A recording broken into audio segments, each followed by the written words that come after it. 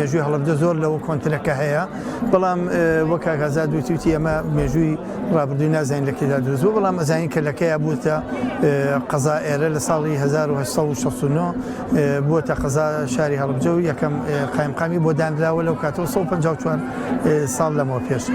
دیارە هەڵەبجە یەکێک لەو شارانی کە نەهامەتی زۆر دیوە، شارێکە پڕ لە مێژووە، شارێکە خاوەنی مێژووە، خاوەنی خەباتە، خاوەنی تێکۆشانە، شارێکە پێویستە باشتر ئاوڕی لێ بدرێتەوە، شارێکە چەندان جاروێران کراوە هەڵەبجە و ڕوبەڕووی جۆنۆساید و کۆمەڵکوژی و تاوانکاری کراوەتەوە. هیوادارین حکوومەتەکانی ئایندا حکوومەتی هەرێمی کوردستان بە چاوێکی دڵسۆزی و بڕوانە شاری هەڵەبجە و خەڵکی هەڵەبجە و ئاوەدانی تێدا ئەنجام بدەن. بەڕاستی ئەگەر ئێمە سیر بکەین ئێمە و شاری هەڵەبجە هۆڵێکی ئەوەندە گەورەمانەیە کە بتوانین مناسبەیەکی ئاوەتیا بکەین کە ئیسە ببینە ئێمە لە زانکۆی هەڵەبجە ئەو هۆڵ ئەو مەراسیمان جێبەجێ کردووە و داوای لە حکوومەتی عێراقیەکەین بەڕاستی بە گرنگی و بڕوانێتە هەڵەبجە و بە پارێزگابوونی هەڵەبجە پەسەند بکات، چونکە هەڵەبجە مێژوویە کە بۆ مێژووە ناسنامەیە بۆ دەوڵەتی عێراقی بۆ هەرێمی کوردستان. وڵی هەڵەبجە کۆن من خۆم بڵێم ئەوەنە من تەمەنم نییە، بەڵام لە دایکم و پور و ئەوانەمە هەموو بیستومە هەردوو باپیرم هاتوون هەڵەبجەیان دامەزرانووە، بەگەکان جافەکان هاتوون و توانە حاجی محەمە و حاجی فەرەد جێگای ئێمەش ئەەکەینەوە بێن دەوار هەڵڵین لە لای ئێوە. من ئەمانە لە دایکم و پورافتام و ئەوانەوە بیستومە بە ساقی چاوم ئەوان ئاوایان و تۆ بە هەردوو باپیری من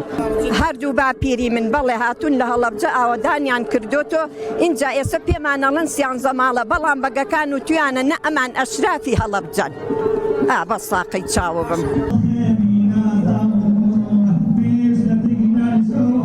واتە 1969 بۆ 1920 هێشتا دەوڵەتێک نەبوو ناوی عێراق بێ. 51 ساڵ بەسەر قەزابوونی هەڵەبجە تێپەڕێ اینجا عێراق دروستە بێ. لە 1920 تا 2003 کە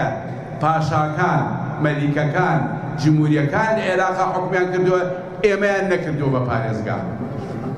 ئێمە 51 ساڵ پێش دروستبوونی دەوڵەتی عێراق قەزا بووین، قایمقاممان هەبووە. لە 1920 بۆ 2003 ئەکاتە 83 ساڵ حکوومەتی مەلیکی بووە، لە دوای یەک حکوومەتی کۆماری بووە، یەک لە دوای یەک ئێمەیان نەکردووە بە پارێزگا. ئەوان بەهەرحاڵ داگیرکەر بوون،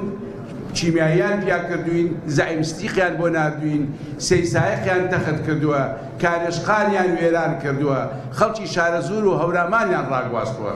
بەڵام لە دوای 2003 عێراقی نوێی فیدراڵ حەقە لە قەزابوونی هەڵەبجە بکاتەوە بۆی بیکا بە پارێزگا.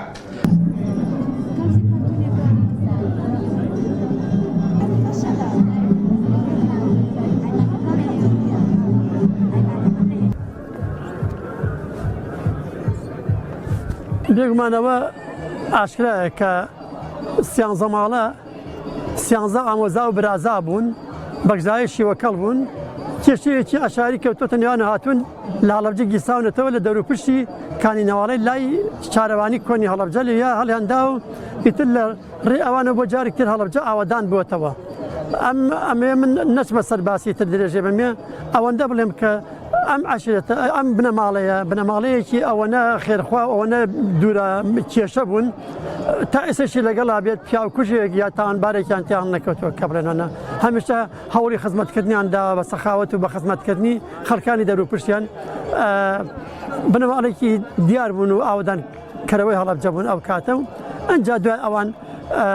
حەمە پاشای جاف هاتوو جافەکان هاتوون و نیشتنی هەڵەبجە بوون و کە کراوە بە قەزا لەلایەن عوسمانەکانەوە ئەوانشتر ئەو دەسەڵاتە جوانیان هەبوو کە دەسەڵات یانی جافەکان بۆ خزمەتی بندەسەکانیان بۆ خزمەتی جەماوەرەکان بۆ پێچەوانی دەسەڵاتدارانی شوێنەکانی تری کوردستان کە بندەسەکانی خوان چەسانێتەوە بۆ مانەوەی خوان ئەمان زۆر خۆشتێکەڵ بوون و بە هەموو جۆرە خزمەتی خەڵکیان کردووە.